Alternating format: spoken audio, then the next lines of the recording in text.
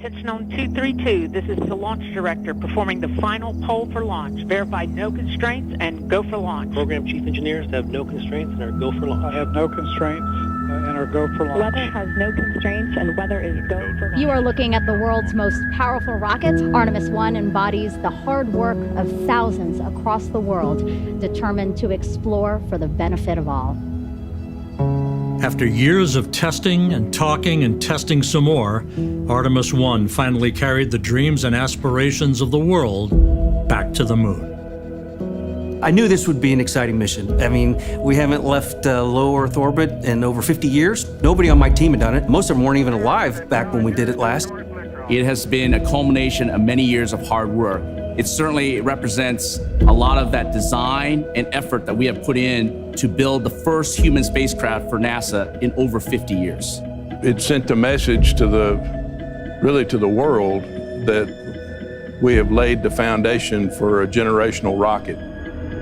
We are not just going to the moon, we're going to prove that we can live and work on the moon and establish an outpost on the moon for future distant exploration out to Mars and beyond. I'll never forget coming in the afternoon and everything is just working per the timeline. And you're starting to feel like, you know, today might be our day.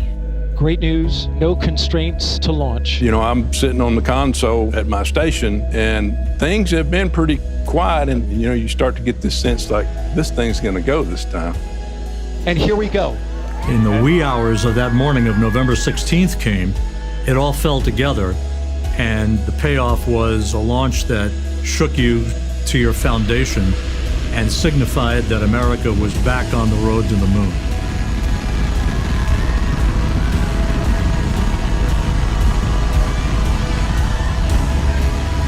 And when that vehicle lifted off the pad, the windows began to shake. And the building announces that that vehicle is flying. I was overwhelmed with joy and excitement, not just so much for me, but for the entire team, for the country. It was eye-watering. And I was tearing up. What an amazing accomplishment for this team. I'm still shaking a little bit. That never gets old. That is always one of the coolest things you'll ever see in your entire life.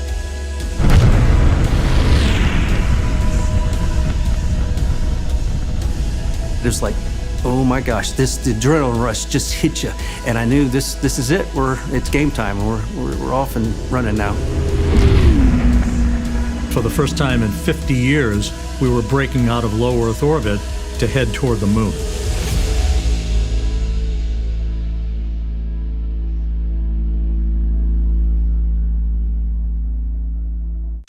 And attitude for solar array deploy. Saw deploy initiated. Copy. Flight MPO, 4 solar arrays released. After the vehicle was put in its preliminary orbit, meaning Orion and the ICPS, we had to wait for translunar injection, and that was a whole different game. Let's go have a good burn and just go to the moon. Let's do it.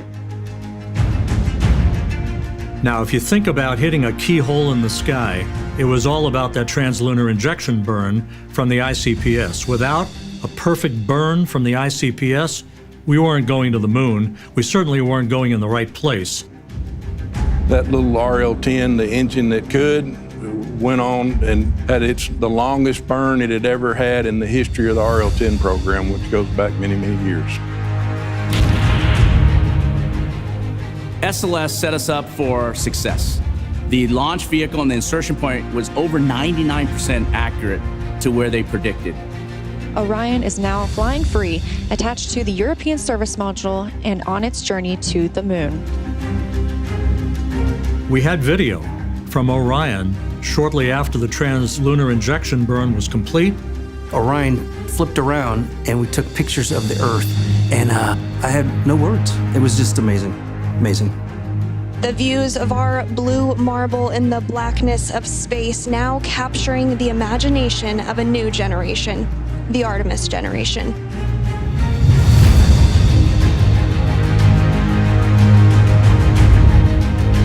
It was 4 days to cross the line of demarcation to enter what is called the lunar sphere of influence, and you could see the Earth beginning to recede.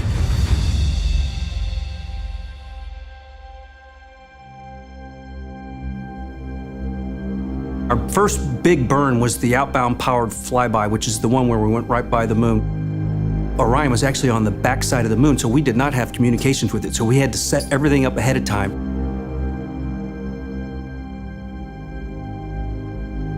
When we lost the signal, we waited, held our breath, said some prayers, and then sure enough, it came out from the backside of the moon, and we were on our way to the distant retrograde orbit.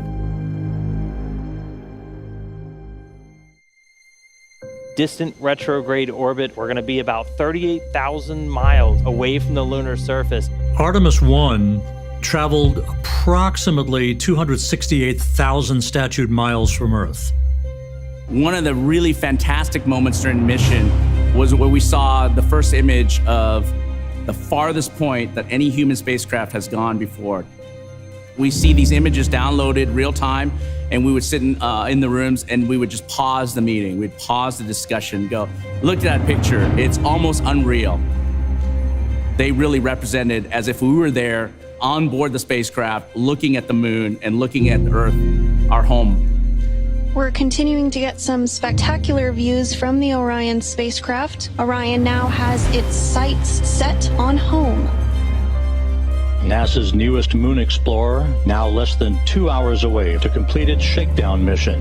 When you hit the Earth's atmosphere, entry interface, we did what we call a skip entry, where Orion bored down into the atmosphere for a period of time, then it popped out, and then it skipped upwards of, it was thousands of miles. And if you don't come back into the atmosphere with accuracy, you will skip out of the Earth's orbit and not be able to return. And we did that intentionally because we wanted then to come back down and do a second heating cycle. We're coming back into the atmosphere, basically a double heating to really stress the heat shield. It's hard not to hold your breath when all of that's happening, because I'm thinking to myself, if this doesn't go well, what do I do? What do I have? That was the major objective of Artemis I. We had to prove that that heat shield would be rock solid to sustain a crew, because if you don't ablate the heat, you're done. And there it is, high over the Pacific, America's new ticket to ride to the moon and beyond now in view. Finally, on re-entry, that was a culmination of that 25-day mission that we waited with bated breath to make sure our baby came home. Splashdown, Orion, back on Earth. And when it hits the water, everyone just goes. It's just a rush to get to the capsule as quickly as we can. And so the teams, they feel the sense of urgency. The small boats move, the helicopters move, we're taking imagery from the air. We handled the recovery capsule like it was a fragile egg. We wanted to make sure that the heat shield got all the data that they needed, that everything, all the mechanisms were preserved. From Tranquility Base to Taurus Littrow to the tranquil waters of the Pacific, the latest chapter of NASA's journey to the moon comes to a close. You could sense a sigh of relief in the flight control room in Houston, knowing that our job was complete. We had brought Orion home successfully and set the stage for grander things to come in the future. It was a testament to the hardware, but it was a testament to the teams, all of the teams that had a hand in bringing that hardware together. We learned so much about how this vehicle is going to operate, and we proved that it is ready to put humans on board. For Orion and for Artemis, this is just the starting point. Next thing is getting ready to fly the crew on Artemis II. Ladies and gentlemen, your Artemis II crew. So, waiting in the wings, Artemis II. And now, the humans are getting on board. Thank you to the NASA workforce. Thank you to our industry partners, everyone in Europe that's working for this. America has made a very deliberate choice over decades to curate a global team, and we are going to the moon together. We need to celebrate this moment in human history. It is the next step on the journey that gets humanity to Mars. Am I excited? Absolutely. Initial reaction to that news was just intensity. Finding out was a humbling experience for me. Shocking is the best word I can say. disbelief, an immense sense of honor and responsibility. Putting the first 4 crew members on Orion is what I'm so excited about. I want to hear the stories about what it is like to live in the Orion spacecraft. We're going to test out the vehicle's ability to conduct rendezvous maneuvers, crew's ability to actually fly Orion manually, and most importantly, we're going to test the environmental control system.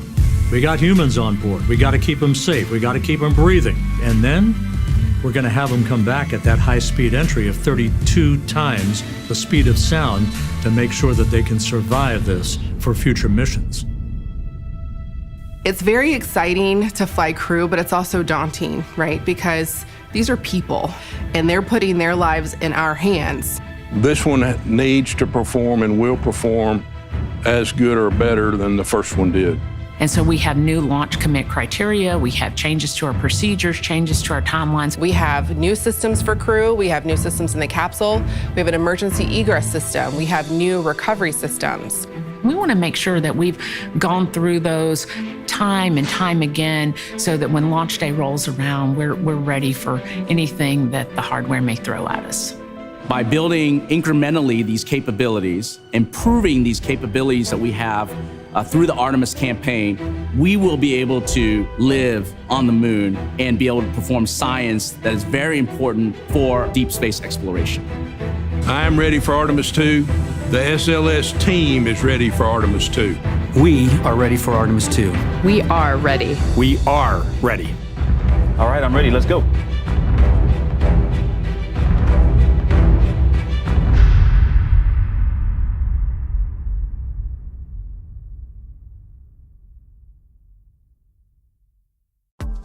And for more NASA videos, hit subscribe.